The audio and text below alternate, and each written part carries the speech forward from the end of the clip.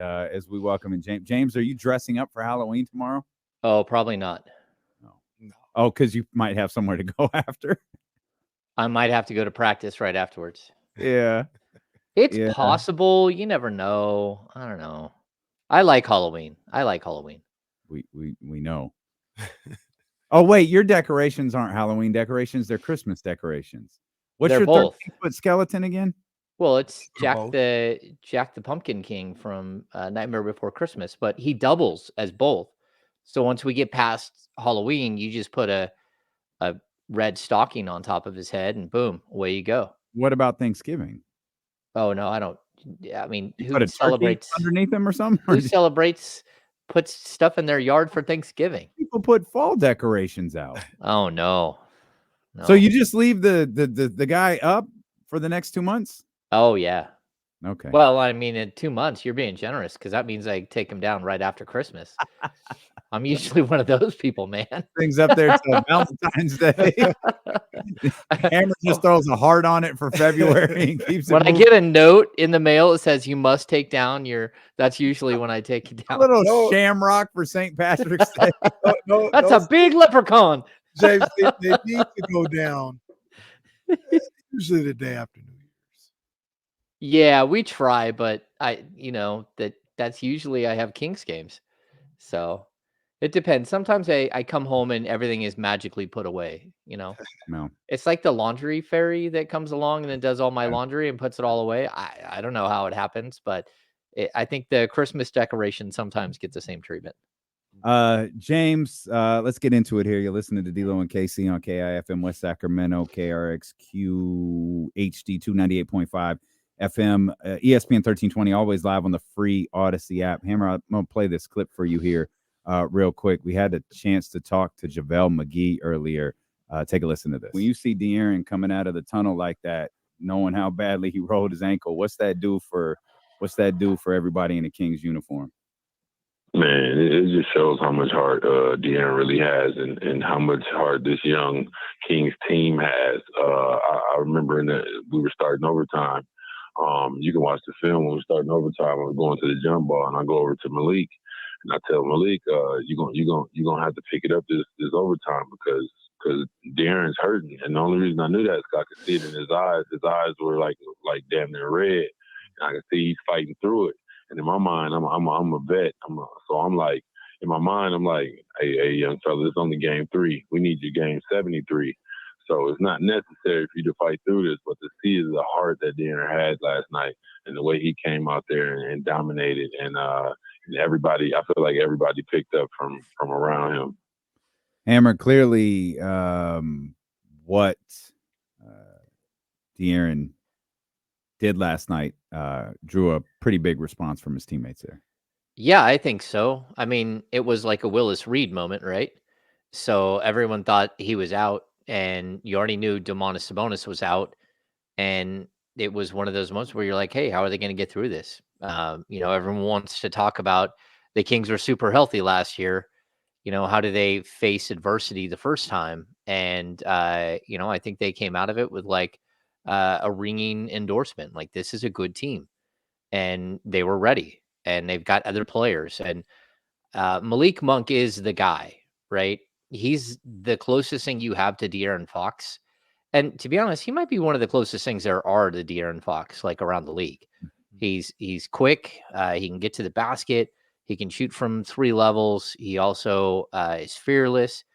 He's probably a better passer than Fox. And I think the Kings are built like that in this situation. We'll probably still see Davion start, especially against the next 2 or 3 games. You got, Steph Curry in one game, and then you've got the Houston Rockets for back-to-back games and Van Vliet, and that should be a really good matchup for Davion. Him and Fred Van Vliet are around the same size. It should be like a fun matchup. So, but where you're going to get the speed and the quickness and the pace that this team plays with is coming off the bench with Malik for more minutes and more responsibilities. And I think it was a really good moment for Fox to show that he can come back out and give it a go. But I also, like Mike Brown saw pretty quickly, he just wasn't right.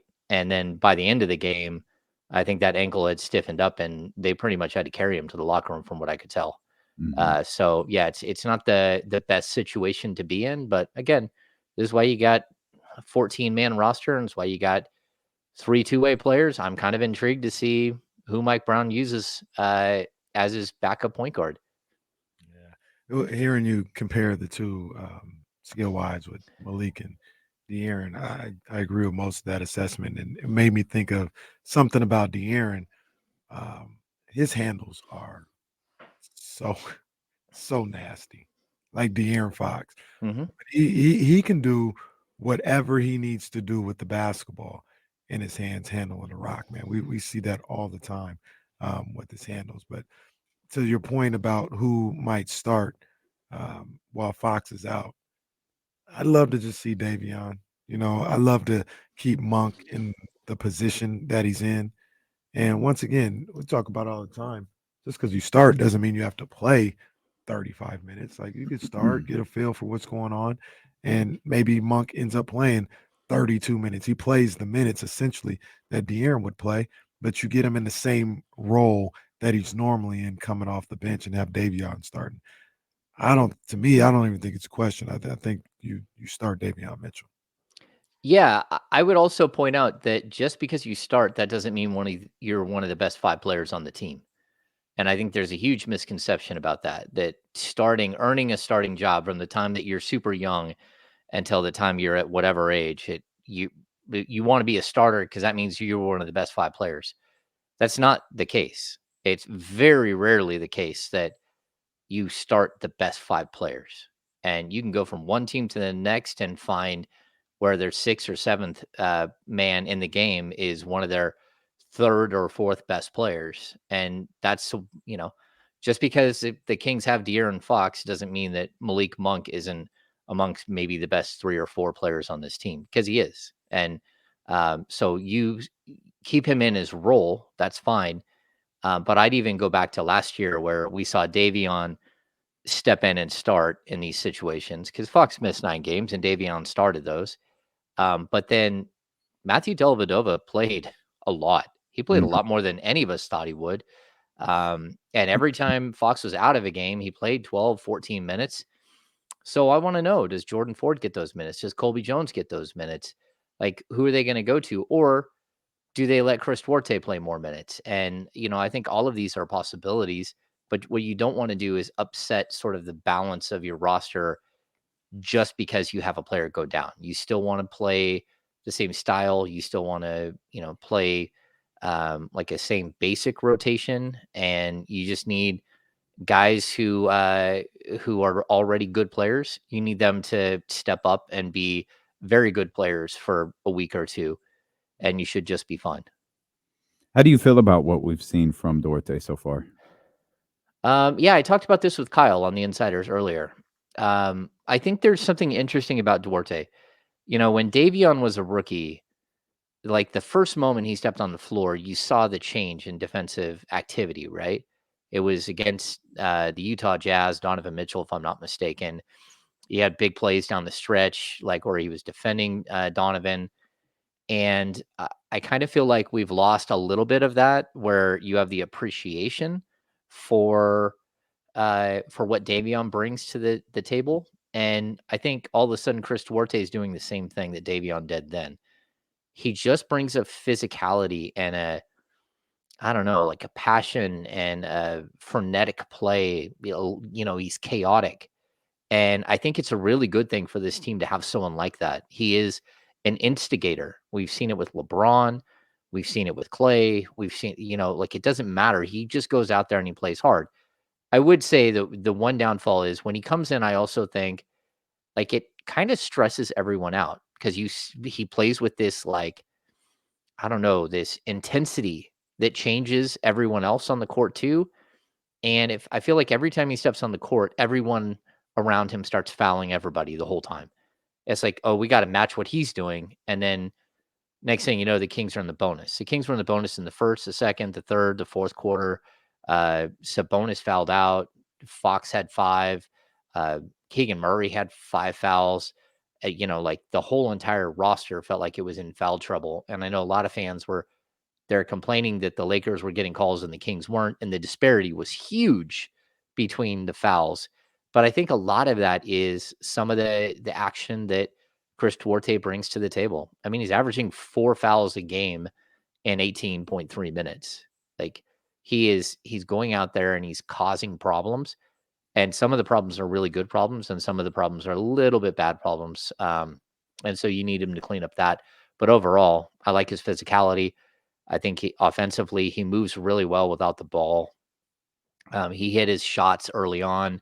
Maybe he hasn't hit his 3-point shots the last couple of games, but overall, I think there's a lot to like about him. And just remember, he's coming off a knee injury. He's coming off a year where he barely played and he sat for like 200 and something days without playing. So he's going to take a little bit of time to round into shape, but I like what we're seeing so far. I like Duarte. I think he's a good addition to this team so far with what he's shown. Friday, I was a little frustrated. I thought Mike stayed with him a little too long in that game against the Warriors. And when you combine that with the fact that he wasn't able to hit shots, I don't know. I thought they stayed with him a little bit too long. And it goes into what I wanted to ask you, Ham, is what's up with this Davion situation? I don't feel like he's getting the opportunity maybe I would have hoped he would get. Like we watching the game yesterday, I'm sitting next to Damian, and Davion comes in the game and comes out in like 2 minutes. Like what? I know you got a rotation, but what rotation is that? Like you only give him 2 minutes at a time. I know yesterday he played more than he did on Friday, but Friday he only played 10 minutes. What do you think the thinking is behind that? Yeah, I think it's the same exact thing they did last year. It's just that you have more players.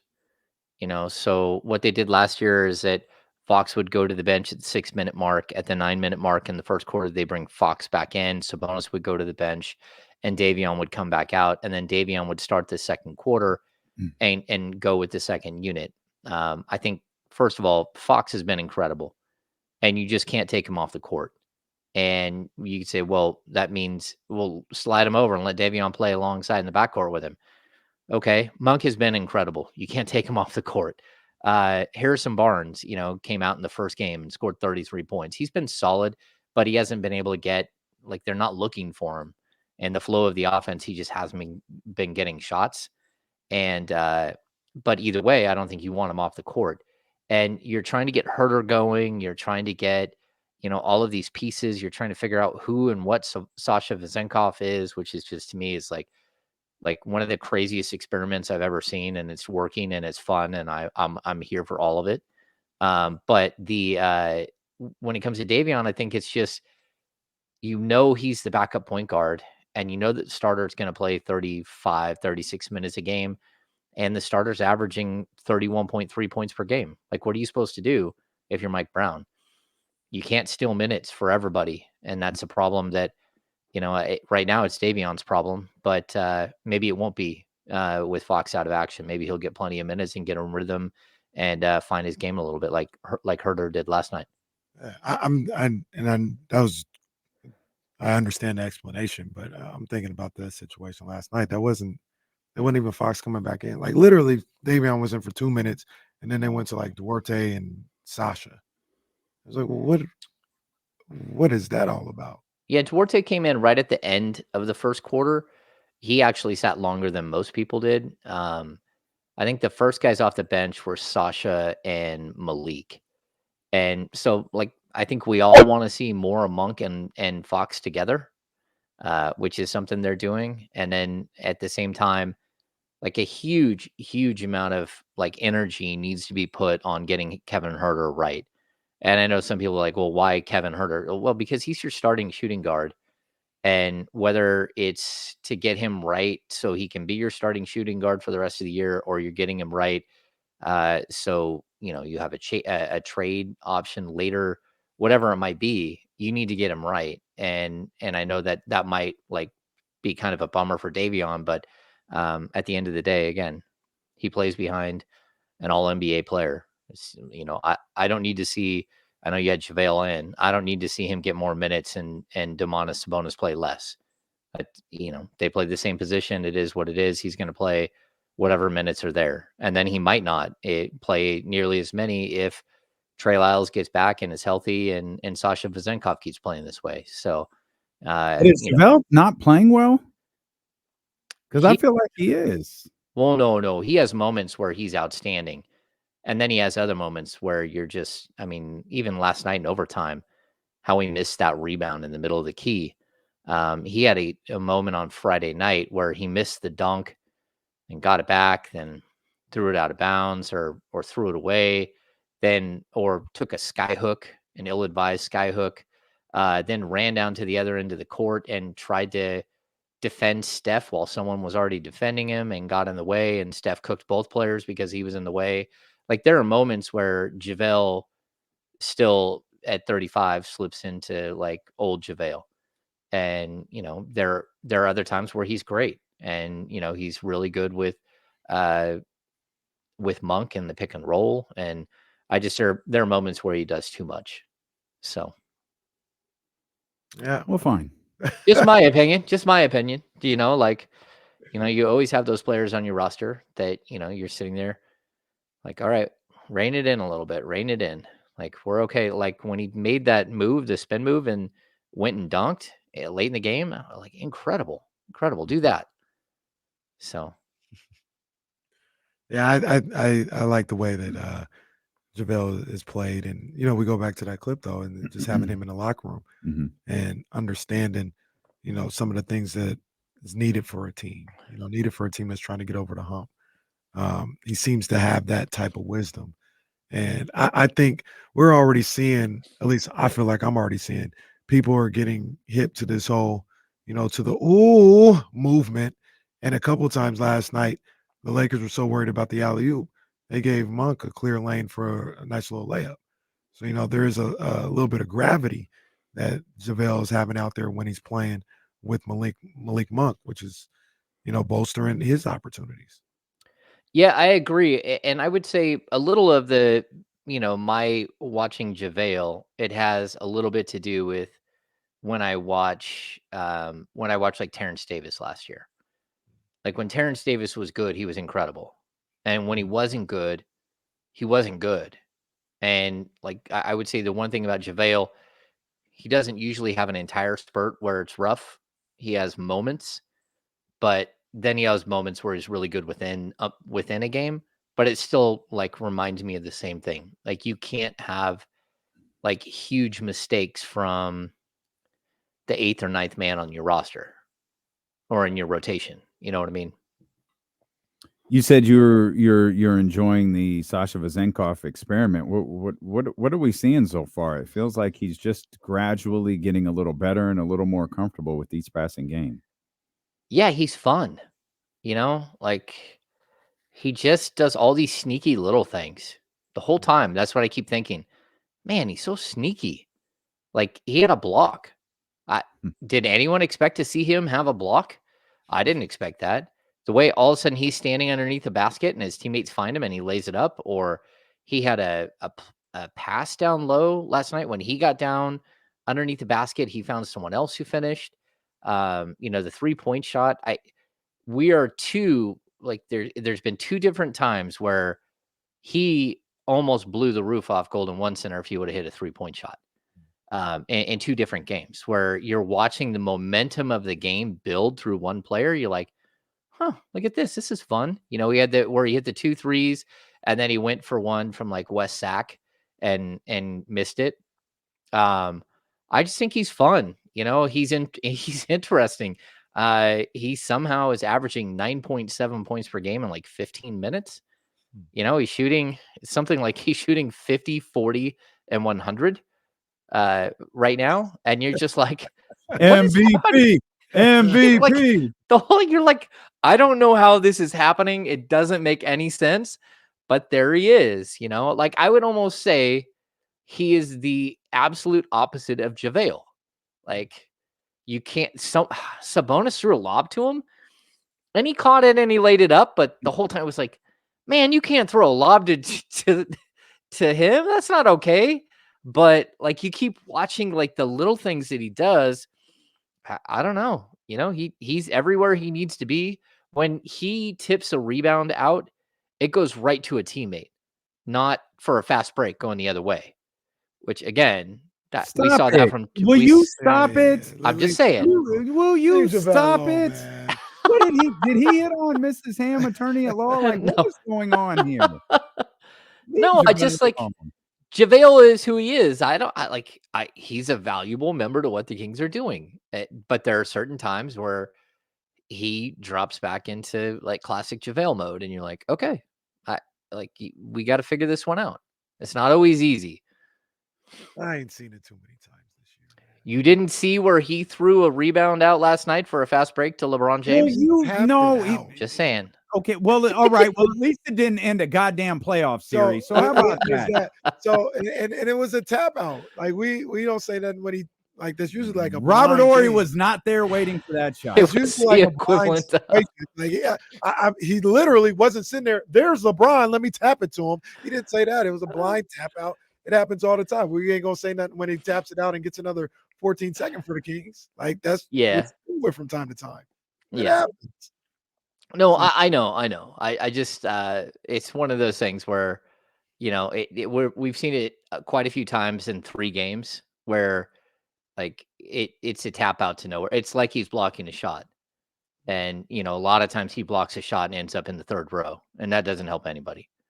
The frustrating thing with that particular play is he had I would have wanted him to just grab the rebound. I think he had Gabe Vincent on him on the switch. Just grab the rebound. Like you ain't. If I'm remembering the play correctly, I don't think he was in the best position to grab it. Was he? Was he kind of like reaching over the top of someone? I thought especially with Gabe Vincent Gardner, because it was on a switch. Mhm. I thought he had the ability to go just get that batted it hella aggressively. Saying Vlade Divac would have been proud. Oh goodness! Well, he was right there in the front row. Maybe he was trying to impress him. we were talking about Sasha a little bit though, and I like what I'm seeing from him. It seems like he's getting comfortable with not only the Kings but the NBA game. Like he's done a really good job just watching of just saying, hey, I'm gonna go out there, I'm gonna play as hard as I can, I'm gonna try everything I can to do what Coach Mike Brown is telling me to do, and I'm gonna trust myself. I'm gonna trust, I'm a shooter. If I get an open look, I'm letting it fly. And I think he's done a really good job in these first 3 games of just going out there and playing basketball. It's just doing what got him over here in the first place. I like the minutes I see from Sasha. Yeah, I think, and if we round out the players that they've brought in, I think you have those moments from Duarte, you have those moments from JaVale, and you have those moments from Sasha where you're like, okay, I get how this is going to be, and the longer they're with this team, the longer they're allowed to like simmer in the pot, the better they're going to be. Right. And that's something that, I think that we'll be looking at this in a month or 2 and remembering back, and Sasha will just keep continuing to look more and more comfortable. It's almost like he doesn't care if he's comfortable though. He's really okay with the uncomfortable, and he doesn't care, if everything he's doing is perfect.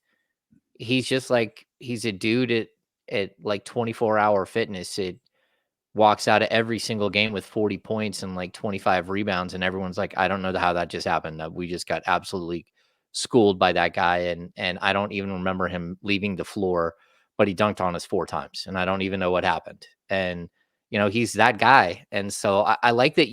You can't have a whole team of those. You can't have a whole team of JaVales. You can't have a whole team of Chris Duartes. But what you can have is those pieces that are totally different ingredients to what the Kings are building than what they had before. Malik probably fits in that category too. You don't want a team full of Malik Monks. You want one Malik. Well, if you have a team full of Malik Monks, I think there's a punchline here. You know who you are? You're the Utah Jazz. Like how many Jordan Clarkson, Colin Sexton, Taylor Horton Tucker, like all of these guys, they're all the same. They all just want the me, the ball in their hands the whole time. And it's okay for Malik to be that guy, especially because he's such a great passer. But you can only have like 2 of those guys, and the Kings have 2 of them. It's De'Aaron Fox as a starter, and Malik Monk comes off the bench.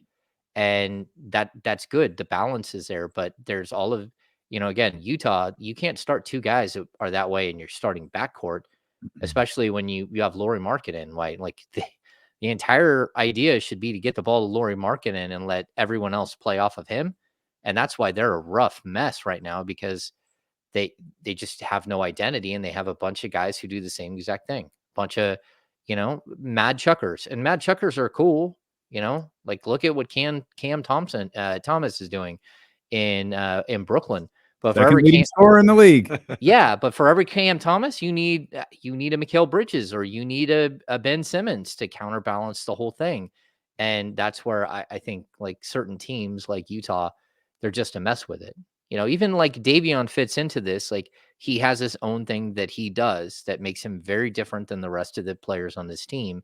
And you got enough people that are doing the same thing, and you got a system that allows for players to do the same thing, but the individuality of a player can shine in specific moments. And that's where Davian on the defensive end, or Monk skying in for a crazy dunk, or Chris Duarte, like literally like it looked like he was about to pull like LeBron James's armpit hair. Like he just messes with you the whole time. You can have one or two of those guys. You can't have a whole team of them. And so I like, again, the ingredients so far have been pretty cool to watch. Two of the more important ingredients are Kevin Huerter and Keegan Murray. We'll talk about Kevin Huerter's night last night and Keegan Murray's season thus far when we return with James Ham, host of the Insiders, here 10 to 12 on ESPN 1320, of course, brought to you by Jiffy Lube.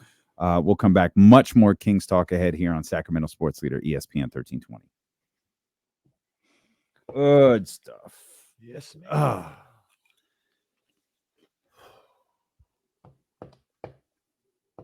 You nap, James? No, I went to Costco instead. Oh, my. I'm bringing chili for the chili cook-off tomorrow. Very nice. Had to get my chili going. Very, very nice. I actually make a good vegan chili. I don't know if anybody else would like it besides me. Are you gonna bring it? No, I'm not.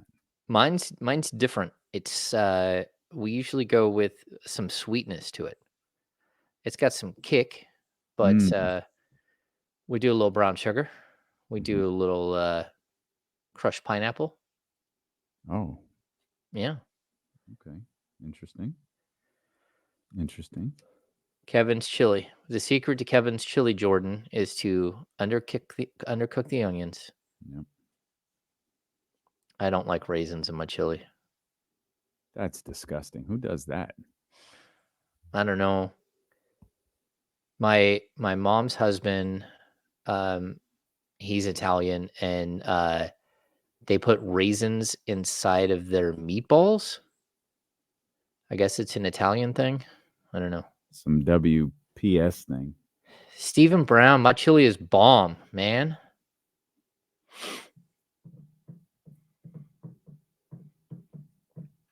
What effect is raisin supposed to have, like in food, when people mix it? I don't know. It why could be you a would flavor do that. thing. Raisins have flavor? Well, they have flavor, but they're like the actual raisin has flavor. I don't know. Maybe raisins in a pot creates a flavor. I don't know how. I don't know. I don't want raisins in chili. I'm not even a big chili guy. I don't want raisins in meatballs. Honestly, they just stopped selling raisins. I don't want. I think after the age of 5, you should not be able to have raisins. Well, let's just settle down there. Raisins go really good with your celery and peanut butter and your apple juice and a box of milk. After that, I think it's a little weird. What are you talking about? You ever had trail mix? You pick the raisins out the trail mix. I used to do that too. This one trail mix I got, you're good. There's raisins, plain M&Ms, sunflower seeds, and I think just peanuts. It's good. I ain't taking advice from none of y'all because y'all don't like blueberries. And in about 30 minutes, I'm gonna be eating almonds and blueberries. Actually, blueberries are good when they're frozen.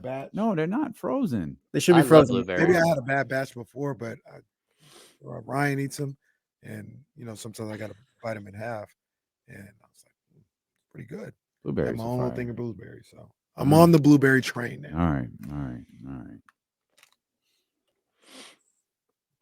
That's funny. You imagine there's a guy out there like, oh yeah, I just love raisins. Dude's a psychopath. Raisins by man. themselves. No, I'm not in with that. But. Raisins with anything. Raisins with peanuts. It's like you flirt with a peanut butter jelly dynamic right there. You Good get the stuff. sweet and the salty. I like craisins better though. Oh, Craisins. okay. Those cranberries. Yeah. Yep.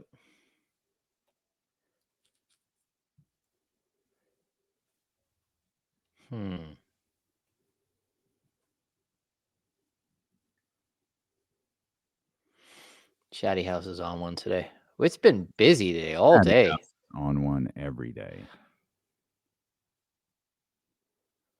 Sour raisins. What the good kid? Who the what?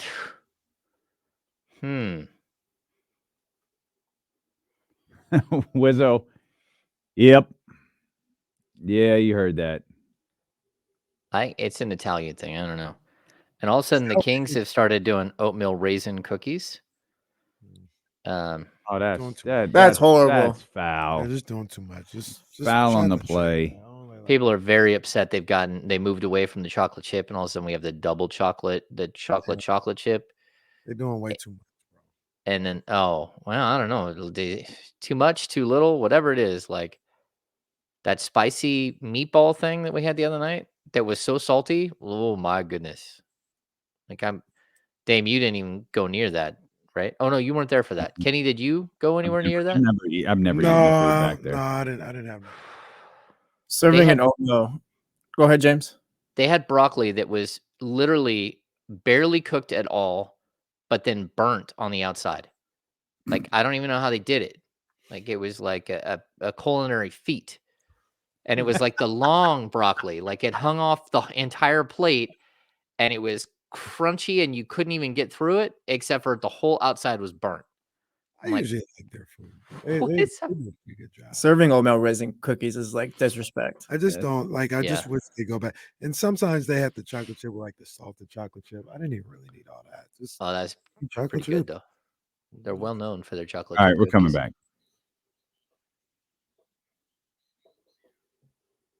Well, if you want everyone's food take, go check out that commercial break over on YouTube. There's a 5-minute conversation on food as James prepares his chili for the Halloween chili cook-off tomorrow at the Odyssey office. Anything sour is bomb. Anything sour is bomb.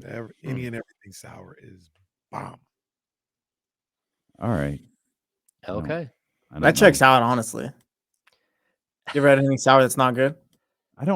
Give me an example of something sour. Sour Patch Kids. Sour Skittles. I don't eat candy. No. Like what? All right. James Hammond, the Insider's here with us. Our 1320 Kings Insider. Sour milk is not good. You guys are ridiculous. That's a good point. I don't want sour milk. Crazy. Fans were sour on Keegan Murray. Oh, jeez.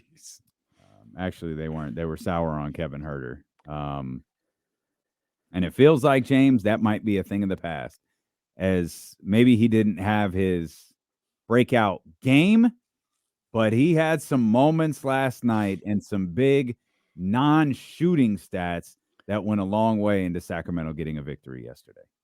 Oh, yeah. I mean, I thought everyone has been waiting for Kevin to have this moment. And the fact that he hit his first 3-point shot, again, I think you could visibly see like his shoulder started to like come back a little bit, like lean back. You know, he was so slumped over and you could tell like his demeanor. The first one went down and he was good to go. I don't think, again, right now when De'Aaron Fox is averaging like 23 and a half shots per game or something like that, it's a lot. There isn't a lot of, shots for everyone to shoot themselves into rhythm. But it was the little things he did. I thought he was good defensively. It wasn't great. He had a mistake here or there, but overall, I thought he was good defensively. He fought. And then in the overtime session, he had 3 of the best rebounds he's ever had in his career. And that I honestly believe the reason they won in overtime was his 3 rebounds. He hit the big 3 in overtime, which helped, get some distance for the team. But those rebounds were huge. I mean, one of them, he went up with one hand with Anthony Davis, like draped on his back and just snapped it out of the air. I was super impressed. And like, look, there is a point where Kevin has to play to 6'7" because that's what he is, and he doesn't always do that. But in that game in particular, when they needed it, he was huge. He had the 2 blocks, one of them which came late and was tremendous. He had 4 assists, and some of those assists were to Sabonis with just a really, really nice 2-man game that had going for a little while. So, yeah, I thought he had a really good a game, and then in post game you could see just like the weight lifted off of him, which was also good to see because he's been wearing this thing like really, really tough. What's been going on here for him? I talked about it earlier, Ham. I just think that it's a matter of time with him. Um, he's played really, really hard. Like he is. I just look at the film, watch the games, all this other stuff. It looks like he's trying really hard to do what Mike Brown and the coaching staff is asking him to do on the defensive end. Like he's given everything that he's got, and it was good to see it show itself yesterday. With the rebounds and some of the things he did on the defensive end, and then to be able to hit that shot. And I think he's going to be fine. I don't think there ever should have been a question, and there still shouldn't be a question of whether or not he's a starting 2 guard or not, because I think the Kings need him. They need Kevin Huerter and what he brings to the table. There was a couple of times last night where I'm not saying he's Steph Curry, but you talk about the gravity. Like it doesn't matter if Kevin Huerter's 0 for 8. Teams have to respect him on the perimeter, and that opens up everything for Fox and Sabonis and all those guys and Keegan Murray to get looks and things of that nature. And I just think this team needs him, and finding a way to get him going and make sure he's on the same page with everything, I think it's imperative. And I don't think he's far away at all. But I was just really happy to see him get the payoff for as hard as he's been working, in my opinion, in these first 3 games of the season. Yeah, someone brought up in the chatty house his post game. Yeah, right here. He was surprisingly candid in his post game. There's something about Kevin. He's a guy who's quirky and he likes to like kind of be playful with the social media thing. So, like headband herder or the K-Von stuff, or again, Red Velvet, all that stuff. I think he likes to play along with it and he finds it humorous, and he also is 25 years old. He's on social media. I don't think he was prepared for the shift that took place where he went from being like this fun, caricature dude to everyone is dumping on him out of nowhere. And I Mhm. think he took it really hard. I do. And I think he was honest about it in post game too. Just like it was kind of eye opening and kind of stunning. And he knew he wasn't playing well, but to hear it from everyone that he's not playing well, to see it all over the place that he's not playing well, I think it wore on him, and again, that every player is different. You don't know, like some guys don't do social media at all just because of this. But the guys that do, when things are going good, it's a fun place, and when it's not, it becomes a vile, angry, horrible place. And I think Kevin learned that the hard way here in the last couple of weeks, as he's kind of been through the ringer a little bit. And I think it's good. He also, talked about his teammates having his back the whole time, and him feeling that they really do believe in him. And it's been nothing but positivity, and like everyone needs that at some point. And it was just him this time, and he was very thankful to everybody that's been kind of like in his corner, and kind of stuck with him, and like phone calls, texts, emails he's getting from all over, from friends, from family, from former teammates and stuff, just like, come on man, you're all right, stay the course. I think it's good to see him have a good day. Is changing out that starting 2 position even a realistic option for this team to get into a better place? Because I know we're only 3 games in. I don't feel like it is.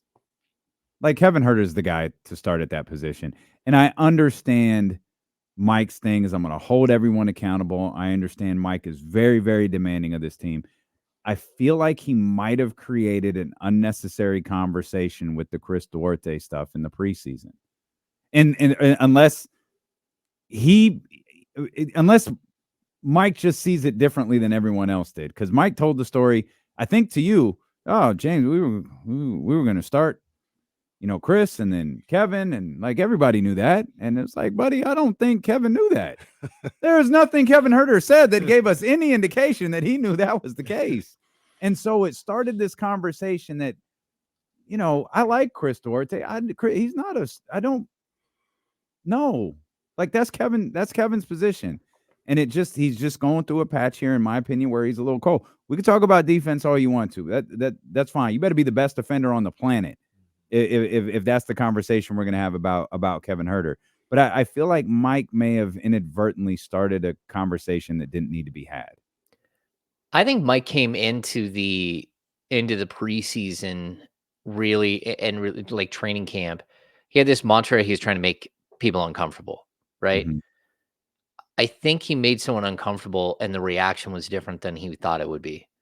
And I think everyone has like their own reaction to being uncomfortable.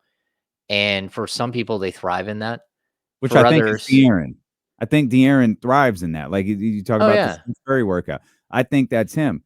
I don't think Kevin is one of those guys. No, but I mean, I think that's the problem, though. Like, I don't think you could make Domantas Sabonis uncomfortable. I don't. But I do think you can make Keegan Murray uncomfortable very quickly. And I think we now know that you could probably make Kevin Herter uncomfortable pretty quickly. And coaching is about, trying to coach a whole group and then individuals within the group and individuals and the personalities inside of the group. Like there's so many layers to coaching. And I think Mike has the right intentions and had the right intentions coming into this. And it was to push Kevin to make him better defensively, to like make everyone else understand that everyone is going to be held accountable and that you have to play defense.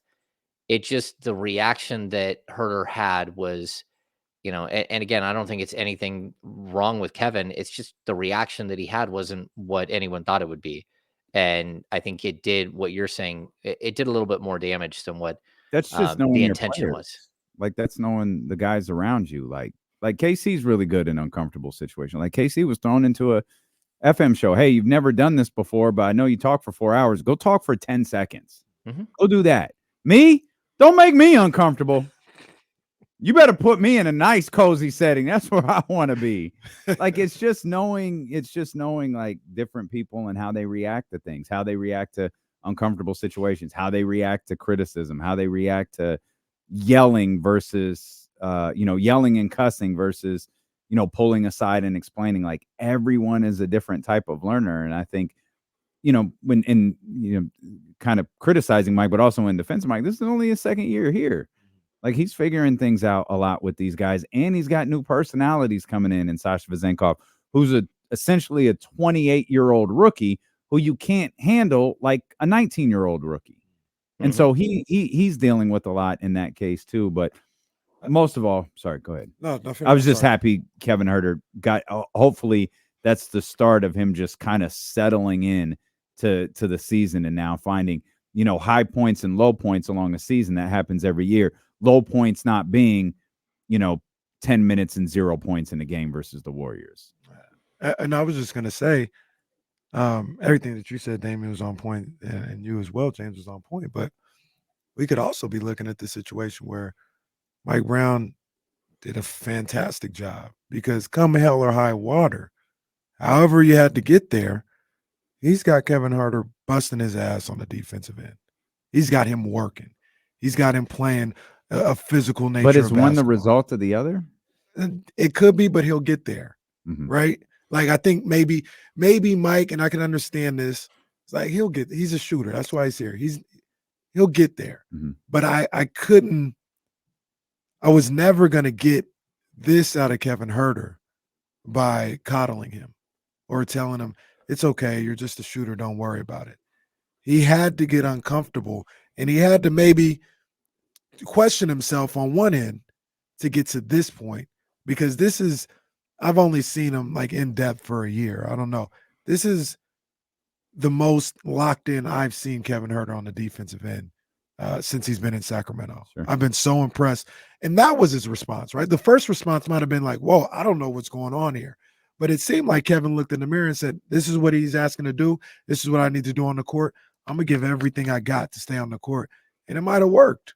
It might have worked, and better have that now than asking him in early March, hey, you need to play better defense. Mm-hmm. Like, he kind of got that out. He peeled the Band-Aid off, quick early so we could start the season off this way. He might have been sly like a fox, no pun intended. We murder some sayings here on this show. Boy, we will botch some sayings on this show. I get what both of you guys are saying, and like again, I NBA players, like players in general, doesn't matter what you're doing. Everyone takes to coaching different ways, and you have to know your players really, really well. And I think the overarching theme that we'll come back to is that Mike runs his team with a very like firm hand, but also with a lot of love. And I think he probably realized at a certain point that he had gone a little overboard and had to pull back a little bit and make sure that he got his player in the right frame of mind. Because what you can't do is do, like have him fall out of favor like Rashawn Holmes did last year and just be like off in the distance. And you kind of felt like at one point it was kind of heading like in a weird direction. You're like, okay, this is really strange. But, I remember I was at a coaching symposium with and Jim Les was there. And Jim Les, the UC Davis coach, former Sacramento King, he had this crazy story about how connecting with each individual player is really, it's such a hard thing to do, especially with today's younger players, right? And he said he had a player that anytime he tried to coach him and yell at him, like from the bench to the floor, he would get angry and like angry, not on the court and like want to play harder, but angry at the coach.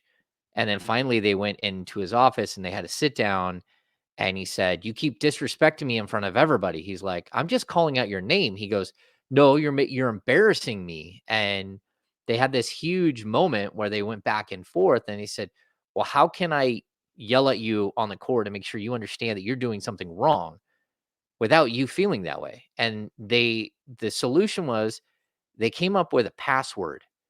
And so anytime he said that word out loud, loudly, Jim Les did, his player on the court understood what he was talking about and would fix the problem. And it was a word between them, just the two of them. And it was his way of communicating that I've had enough. Stop what you're doing now and get back in line and start doing what you're supposed to be doing as a player. And without making him feel like he was being called out and embarrassed in front of everybody. And he said that was a way that he connected on one player in one way. And he said, but that's how like the modern coaching job is. You can't just, take a wood chipper to your entire team and think that you're going to be able to put all the pieces back together of every single player the same way. It's just not. It's not the way it works. And so, yeah, I mean, I think everyone learns, and I think Mike probably learned something new about his team, whether it's good or bad. He did. He learned something new, and he also learned that he might have another really good player sitting there that he might be able to play more and more minutes as the season goes on in Chris Duarte. And, they might be able to make some other moves because they have depth that he didn't know that he had. Do you know if Keegan actually said F you to Mike Brown, as in like the letter F you, or did he actually say that word to Mike Brown? Because I think all of us envision Keegan looking at Mike Brown and going F you rather I than don't. actually saying it. Did we think that, or did we think he said like fudge you, like frick you? Like I like you're wondering what did he say? But I'm gonna guess it wasn't Keegan Murray, unless he had a big smile on his face and he slyly said it to his coach. It is your journalistic responsibility to find out the answer to this. Come on, man. That's funny. That's funny. I don't like how you glossed over that, James. I'm going to need you to find out the answer to this question. No, I will. I'll go. I'll ask next time we're around Keegan. Keegan, I haven't heard swear. Right. He's not, but that doesn't mean he doesn't swear. Mhm. So, I mean, you guys know what I talk like outside of the radio. Yeah. Like, I As soon know, as the and lights go off. yeah, I know Ramsey and Katrina met me at the game and were like, whoa, like, sorry, it's just the way I talk. But I'm not sure that Keegan has that other side. So James sound like a rapper. What is going on over here? James sound like Gunna. What is going on? Gunna Ham over here. That's right. That's right. All kidding aside, though, about the exchange with Mike Brown, Keegan has had a very consistent start to a season, hovering around that 16-point per game number that a lot of us talked about before the season started. And probably more importantly to Mike, 7.7 rebounds per game through these first 3 games. Yeah, and you can tell, what's he shooting? 34% from 3. If he hits one more Yeah. 3 per game, he's at 19 points per game. And I expect him to hit one more 3 per game. Like the shots that he's missed, are wide open. Even the shot he missed at the end of regulation, he Yep. thought that was pure. Like he's like, "Oh, I thought that was down." Right when it left his hand. And he's off by nothing. I mean, it's like a millimeter he's off on so many shots so far. And I know Mike talked about in game 1 about how many shots he had that were halfway down and popped back out. I fully agree. Like, there's been way too many shots that were super close. And yeah, I expect him to figure it all out. He will. Like, you can see him growing and you can see his confidence, and he's not playing particularly well, and he's averaging 4 more points per game than he was last year. This is he's going to be really good. I think everyone sees it right now. Yep. 2-1 Sacramento Kings. Yeah, with the Warriors coming up and 2 games against Houston coming up. You think this week timeline is realistic? Potential week timeline is realistic for De'Aaron? No. I mean, in all honesty, I think De'Aaron Fox is notoriously a fast healer, but being a notoriously fast healer at 19, 20, 21 and being the same at 25, 26 is totally different. And so, as his body has matured, as we all know, it takes longer to get healthy at a certain age. And I don't, he's not at an age where it's going to take weeks longer, but he's certainly at an age where, if he had to be helped off the court, like it looked like he did have to be helped off the court after the game, there's going to be a price paid for him going back out there. And for that thing to, stiffen up, lock up a little bit. They have modern technology that's crazy now with these guys. I'm sure they had some sort of stem pack on it and ice and all kinds of crazy stuff going from the moment the injury happened all the way through the night. And, so they're going to do everything they can to make sure swelling gets out of there and he's able to bounce right back. But there's also a guy who's had a grade 3 ankle sprain in that same ankle, I believe. And, he healed up in 7 weeks where, I mean, in all honesty, Lonzo Ball never did. Same exact ankle, same exact problem. And then he just never healed. And so usually that injury is like a 10 to 12 week injury. And what De'Aaron has now is not that, from what we're hearing, but a mid-grade sprain. We don't know if it's a grade 1 or a grade 2. A grade 2 is still just like a partially torn ligament in the ankle. Grade 3 is a completely torn through ligament.